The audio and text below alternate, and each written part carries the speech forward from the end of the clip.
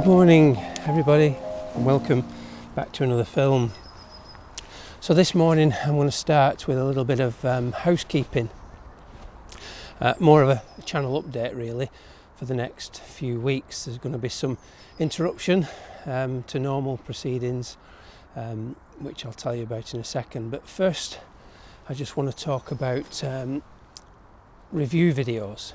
Now in the past I've done one or two of these.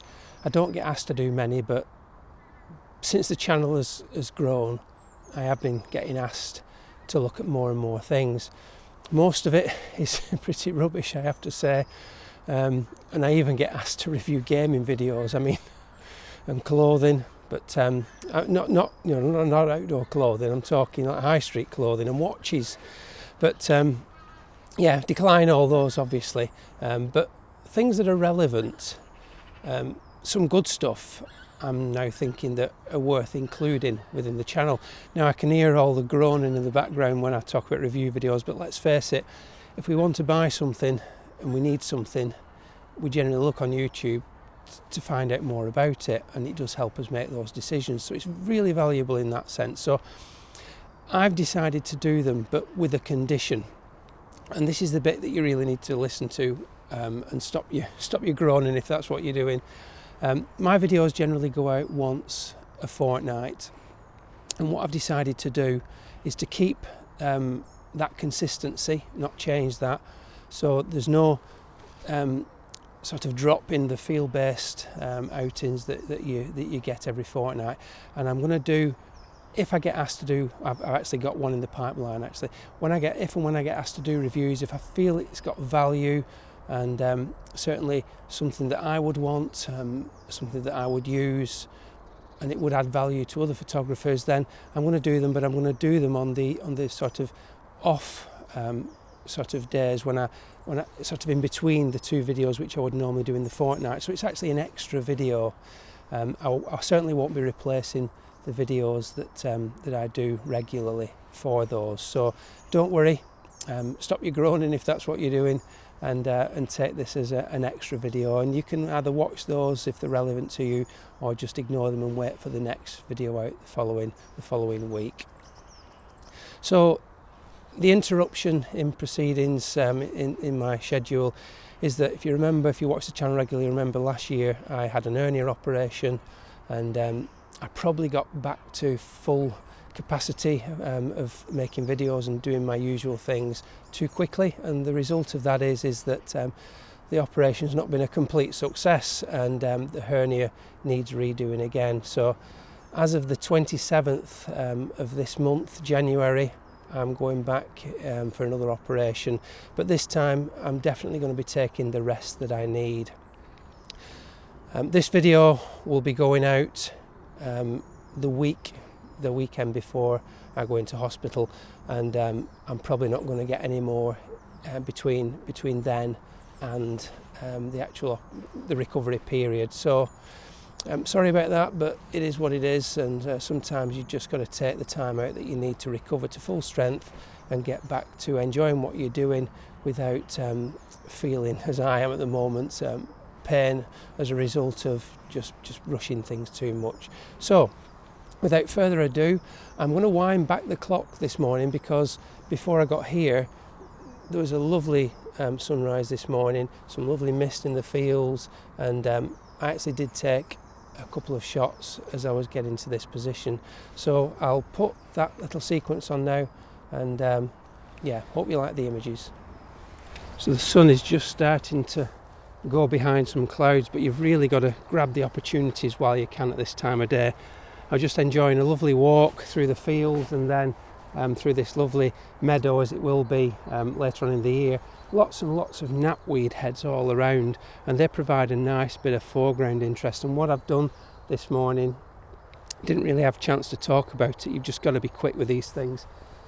The light initially was lighting up the sky, and I got some nice pinks, and I was just got the camera out very quickly, macro lens f4, and I just held the camera down into so it was pointing up at the pink sky, and I was just trying to find nice shapes, complementary shapes with the knapweed heads, and that was my first composition.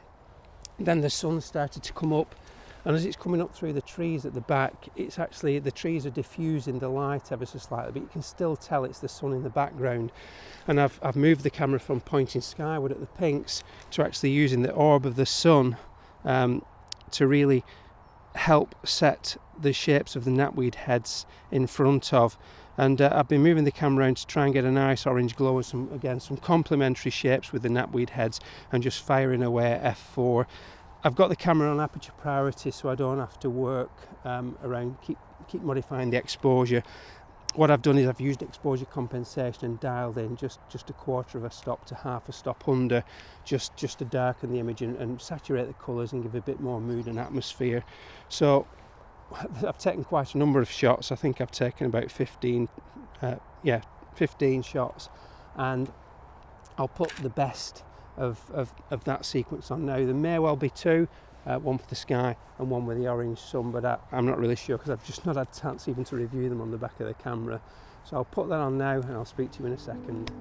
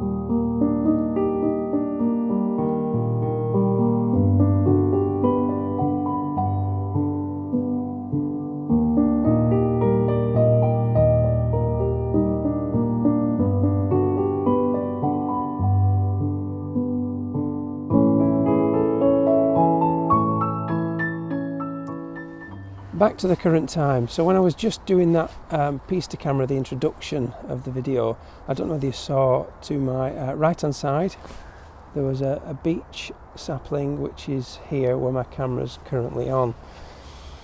Often when I'm taking images, I don't necessarily look for pictures that are sharp front to back, as you'll know if you watch the channel. I like to explore shapes, colours, textures, and not all the time I find that you have to have critical sharpness at any point, and pictorial effects are really quite worth exploring.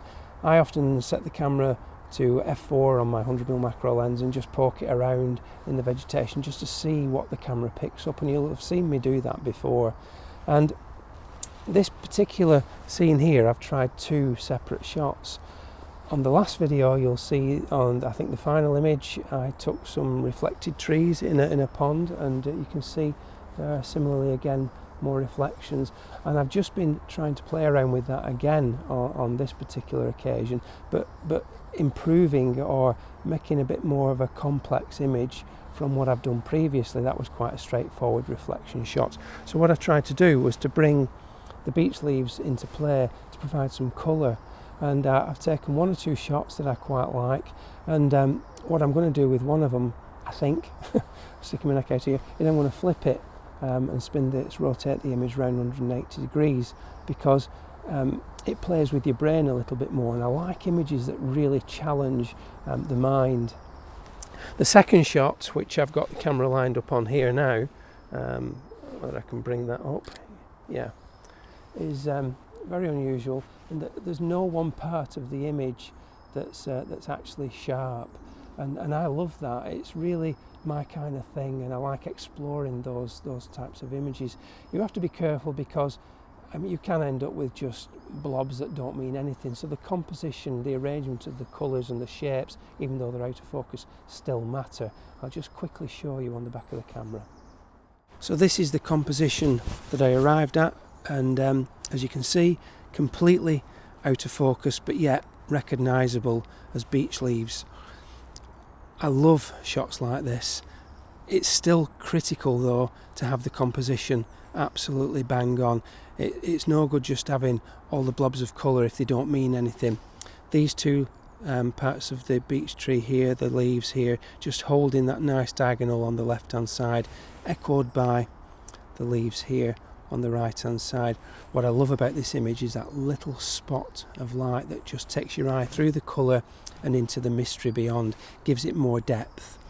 Now I will say that the video camera is picking up more contrast than what's on this camera. This is a lot more muted by comparison, but I am going to try and achieve what the video camera's seeing and presenting in post-processing. Interestingly, on the white balance, when I move through the different white balance settings, there's some really nice different effects, and I haven't decided yet which one I'm going to choose. That one perhaps a little bit too much, but the others create some really nice different alternatives to the main shot, which is probably going to be there. So I will put the image of the reflected trees with the beech leaves, and if it does look right, if it does look well, and I like the way that it plays with your mind, I will flip the image the other way around, followed by this one. This one I can really see looking beautiful in a lovely, surrounded by a lovely white simple mount. So I'll put those on now.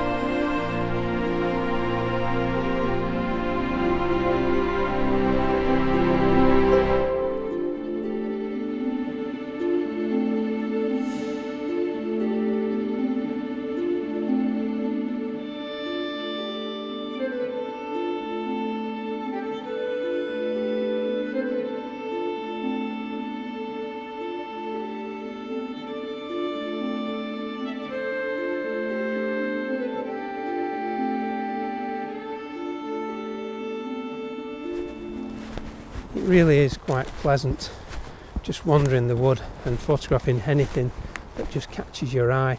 I was down in the little beck just back there, and the way that the water was moving through the rocky section really caught my eye.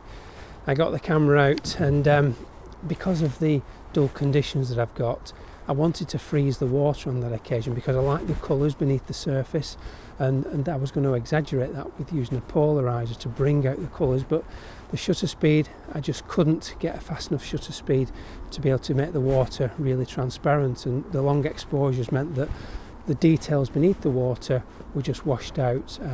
But I really enjoyed taking the image, just the process of framing up and working through the problems is just as enjoyable, and it matters not really to me whether the end result is a showstopper. It's just the process of finding and taking, composing images that I really enjoy. So I was just walking on, and I've come to this little section here, and you can obviously see all these white stems that are all around the ground in front of me. This is one of our non-native, highly invasive species. This is Himalayan balsam, and if you're not familiar with this, you need to be aware of it if you're doing woodland work. Certainly in the UK, this is a plant that's very, very detrimental to our native flora.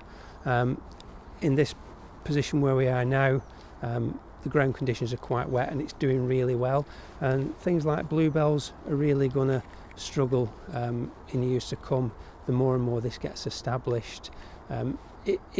It's particularly found along stream sides where it's spread by the water, just carrying the seeds along, and plants like wood anemones and wood sorrel, opposite-leaved golden saxifrage, all those plants are really, really at risk, our native plants, from this becoming colonised. Now the seeds for this plant can lay dormant in the soil for around 3 years, and it spreads by us predominantly walking through it, catching the seeds, wind blowing and the plant banging together in the wind, and the seed pods eject the seeds, and they can fly up to about 8 feet.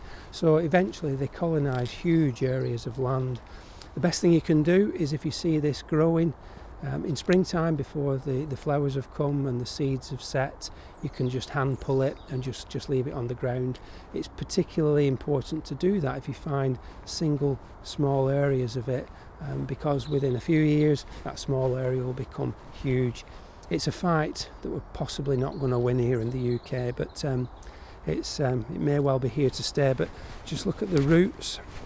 If you take note of the roots, when it's to identify it, one of the easiest ways is, well, the flower looks almost orchid-like, but these roots, you often get lots of red coloration where the roots join the main stem. But be interesting to see what this little patch looks like in a few months' time, because the plant's really quite big, and probably up to about here, this whole area will look very, very different come summer.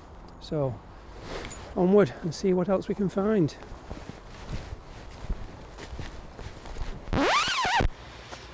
Oh damn, it had to happen at some point. The camera took a dive and it's gone into literally this stuff here. It's a little zoom lens on the front of my recorder, my video recorder, and all the mud's got in the lens, in all the mechanism. So I've taken the battery out quickly so that the lens doesn't go back in. That would just put an end to the camera, I'm sure. So end of filming. I'm doing this on my phone. I was literally going to tell you about the last video, where my tripods are, the mushrooms, what were the feature of the last video, and this here was the flooded section of woodland that I did the reflections in.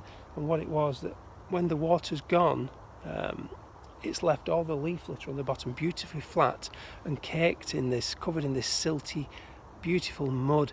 And I spent ages looking for a composition, and there were some nearlies but not quite, and I was just about to talk you through that on the video when the camera took a dive. I just mustn't have had the tripod up properly, but that puts an end to my filming today. But I've filmed the end, so I'll pass you over to me about 20 minutes ago, when I thought I'd just do the ending whilst I was looking for something. So here you go. Right, I will see you post-op with a bit of luck. If you want to help the channel continue traction whilst I'm away, go back and watch some of the old videos if you've not already seen them.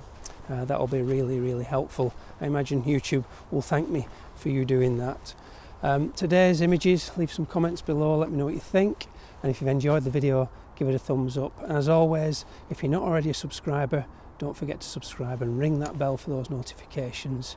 So until the next time, I will see you all soon. Bye for now.